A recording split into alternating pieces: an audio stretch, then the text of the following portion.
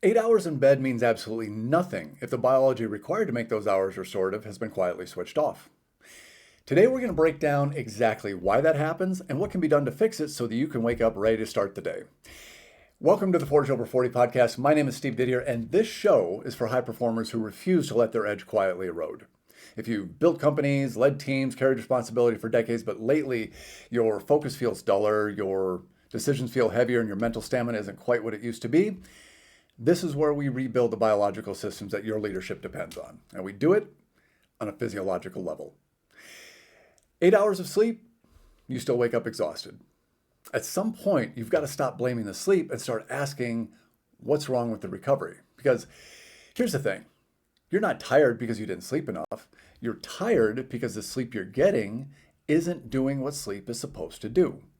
Those are two completely different problems with two completely different solutions, and almost nobody is talking about the second one. The conversation around sleep in the health and performance space is almost entirely focused on duration.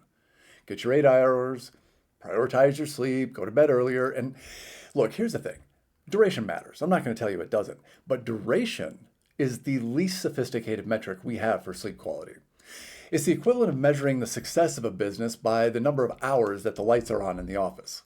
Lights on for 8 hours doesn't mean 8 hours of productive output happened. It just means the building was occupied.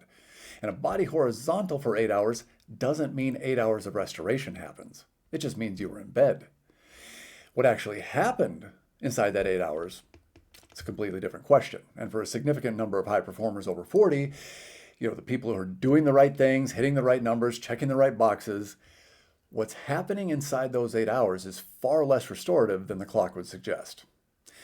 The gap between time in bed and actual restoration is exactly what we're going to talk about today. And by the end of this conversation, you are going to understand exactly why the 8 hours you're getting isn't working and what it's costing on a biological level.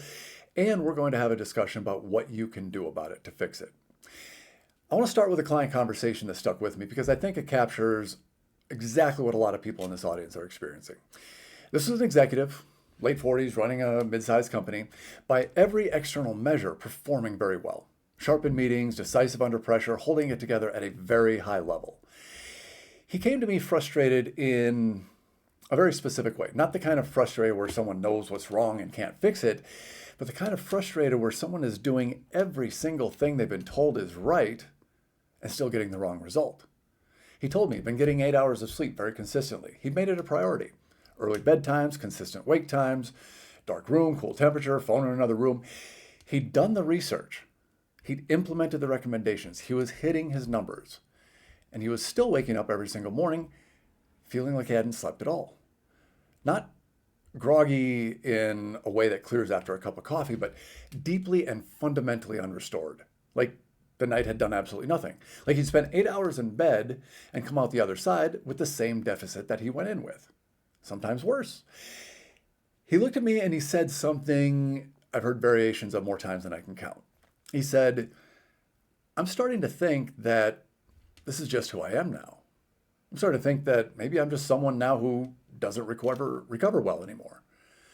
And I want to stop in that sentence for a moment because that sentence, I'm starting to think this is just who I am now, is one of the most damaging conclusions that a high performer can reach.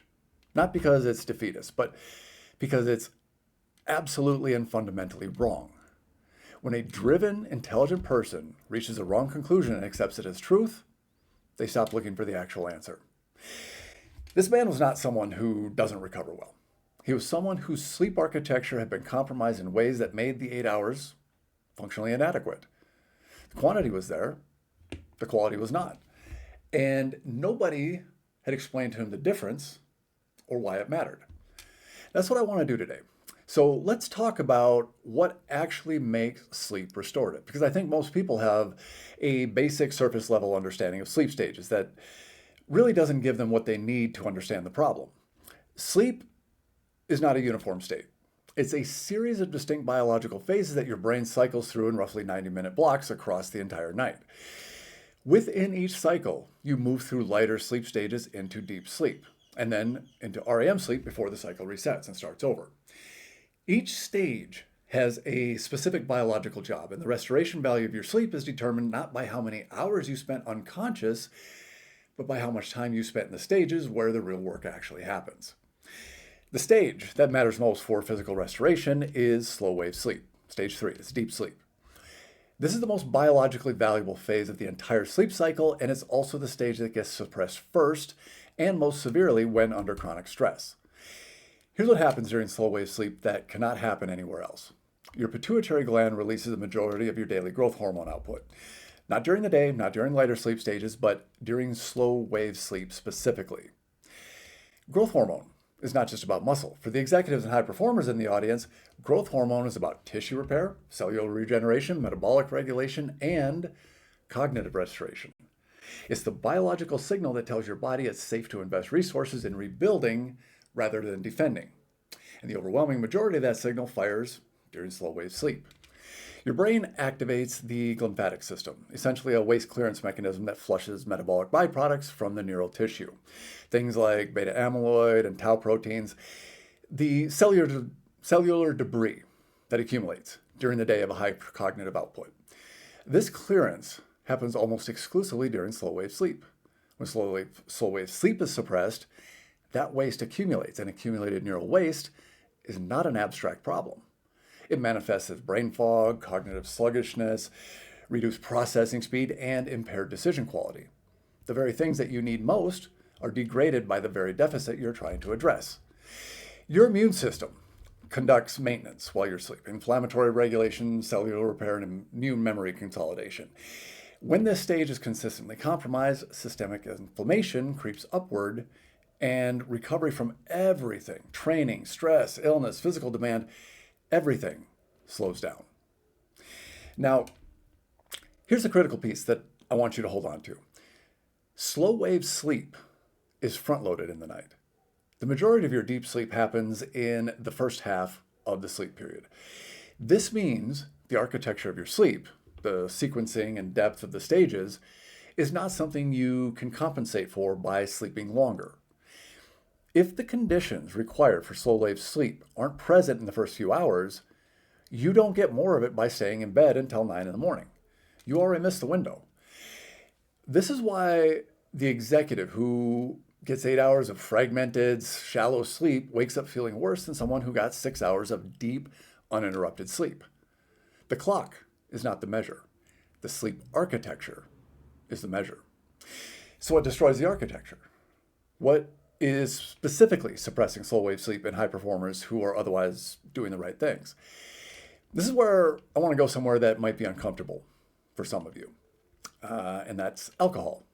I know this is not what you want to hear, and I'm not going to moralize about it. I'm going to give you the biology and let you make your own decision. Alcohol is a sedative.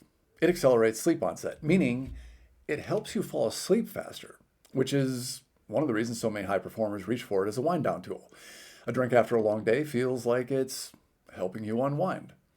And in the narrow sense of getting you unconscious faster, it's helping. But here's what it's doing to your architecture while you're unconscious. Alcohol massively suppresses slow wave sleep in the first half of the night. The phase where growth hormone is released, where glymphatic clearance happens, and where your immune system does the majority of its maintenance work. Alcohol essentially locks the door to that stage during the window when your biology most needs to access it. Additionally, as alcohol is metabolized across the night, typically 3 to 5 hours after the consumption, it produces a rebound effect in the second half of sleep. REM sleep gets fragmented. Sleep becomes lighter and more easily disrupted. The back half of the night, which should be producing the cognitive restoration and emotional processing that REM provides, becomes broken and largely unrestorative. The result is a full night of sleep that has been architecturally gutted. You spend 8 hours in bed, you went through the motions of a full sleep cycle, but the stages where the actual restoration happens were suppressed in the first half, fragmented in the second half. You wake up feeling like you didn't sleep because biologically, in the ways that actually matter, you largely didn't. For the executives in this audience who have a drink most evenings, I understand that's often culturally embedded in the environments that you operate in. business dinners, client entertainment, the social structure of your world. I'm not asking you to become someone who doesn't drink. I'm asking you to understand the trade-off you're making and decide consciously whether it's worth it on any given night. One drink, 3 hours before bed, has a measurable impact on slow wave sleep. 2 drinks has a significant impact. And this is nothing to do with being impaired. It's about biochemistry operating at a level below your awareness while you think you're recovering. The second major architectural disruptor I want to address is the timing of your workouts. And this one surprises most people.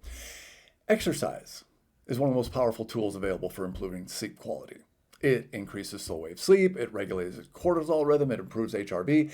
The evidence for this is strong and consistent, but timing matters enormously.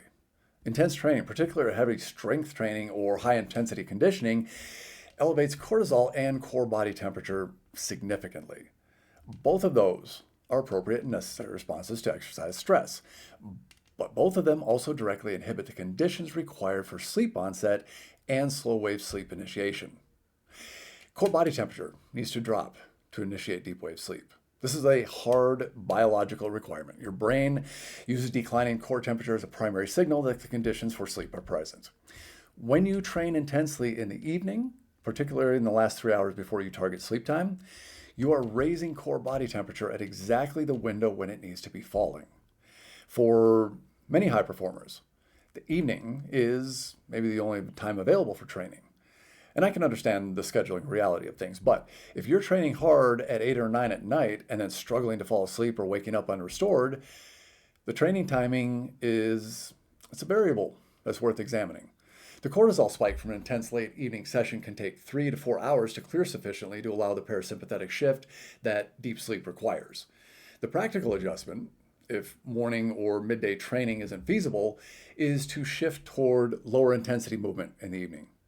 Walking, mobility work, and lighter sort of weightlifting. Reserve the high intensity work for earlier in the day when the cortisol response serves your performance rather than sabotaging your recovery. The third tool I want to give you is something that sounds almost too simple, but it has very strong biological support. That's temperature manipulation. Your core body temperature follows a circadian rhythm. It rises across the morning and afternoon, peaks in the early evening, and then starts to drop by approximately 1 to 2 degrees Fahrenheit to initiate and sustain deep sleep. The temperature drop is not optional. It's a biological trigger. Without it, your brain struggles to access the deeper stages of sleep, regardless of how tired you are. You can actively support this process in 2 different ways. First, keep your sleep environment cool. The research consistently points to a bedroom temperature between 60 and 67 degrees Fahrenheit as optimal for most people. This gives your body a thermal environment that supports the core temperature drop rather than working against it. Second, and this one's a bit counterintuitive, a warm shower or bath in the 60 to 90 minutes before sleep actually accelerates the core temperature drop. Here's why. When you expose your body to warm water, blood is drawn to the skin surface to dissipate heat. When you get out of the shower, that heat rapidly dissipates from the skin surface into cooler air. Your core body temperature drops faster than it would through natural circadian rhythm alone. You're essentially hacking the cooling process. And that accelerated drop is a direct signal to your brain that the conditions for deep sleep are present. This is not a spa recommendation. This is a physiological manipulation of a biological trigger for slow wave sleep. Use it accordingly. Now, I want to come back to what that executive said to me because I think a variation of that sentence lives in a lot of people in this audience, even if they haven't said it out loud yet. I'm starting to think this is just who I am now. I want to be very direct with you about this. That thought, that conclusion is one of the most dangerous places a high performer can land. Not because it's weak, but because it's the point where intelligent, driven people stop investigating and start adapting to a condition that is not permanent and is not inevitable. You are not someone who suddenly doesn't recover well. You're someone whose recovery infrastructure has been compromised by a specific set of biological mechanisms that are measurable, addressable, and reversible. Those are not the same thing. One is identity, the other is physiology, and conflating the two is how capable people end up managing a problem that they could be solving. Here's what I need you to do to understand why this hits high performers specifically so hard. Your entire professional identity is built on the premise that if you apply enough intelligence and enough effort to a problem, you can solve it.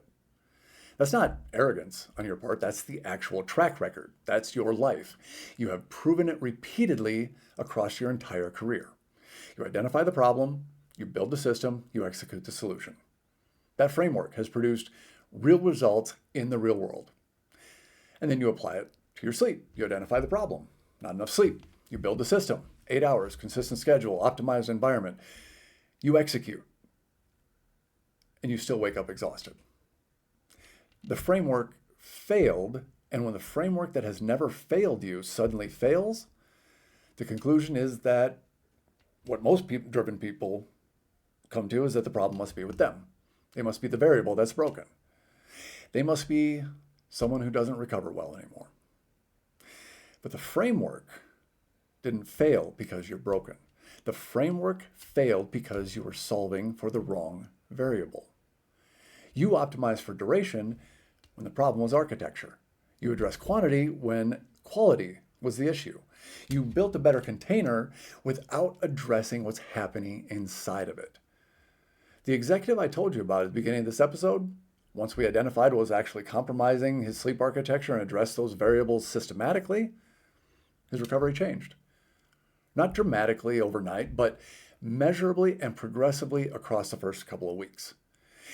The 8 hours started doing what 8 hours is supposed to do because the conditions required for restorative sleep were finally present. He's not someone who doesn't recover well. He never was. He was someone who is operating without the right information. And if you're experiencing this, so are you. Let me give you a framework for how to think about this going forward, because I want you to walk away from this conversation with something concrete.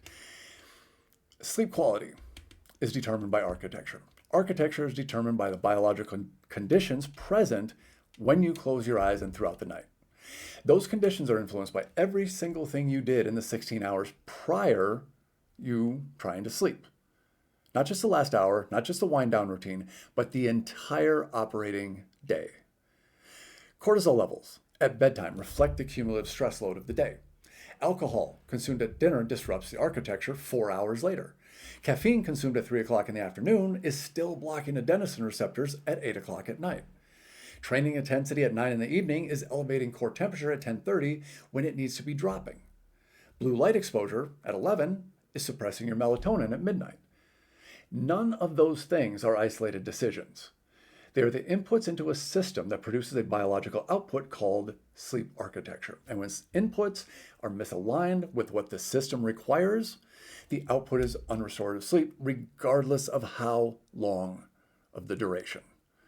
The path forward is not more hours, it's better conditions. And better conditions start with understanding what the system actually needs rather than optimizing for the metric that's easiest to measure. If this is landing, if you recognize yourself in what we talked about today, here's your next step. Go to forgeover40.com and download the free 30-day energy reset. It's a structured 30-day protocol built specifically for high performers dealing with compromised sleep architecture and the downstream effects on energy, performance, and recovery. This is not some sort of generic sleep guide. It is a sequence system that begins by addressing the upstream variables that determine whether your sleep is actually restoring you or just passing time. It's free, it's specific, and it will give you a clear starting point. And stay with this series, because the next episode goes somewhere that I think is going to genuinely surprise you. We've been talking about sleep disruption as something that happens despite exhaustion. The next conversation is about why burnout actually makes your sleep worse, not better. We're going to look at why the more depleted your system gets, the less capable it becomes of producing the deep restorative sleep that you need to recover from that depletion. It's a vicious cycle that most people don't understand until somebody explains the biology behind it. That episode is up. Check it out. And remember, you do not tolerate mediocrity in your business. Don't tolerate it in your biology. I'll see you all very soon. Take care.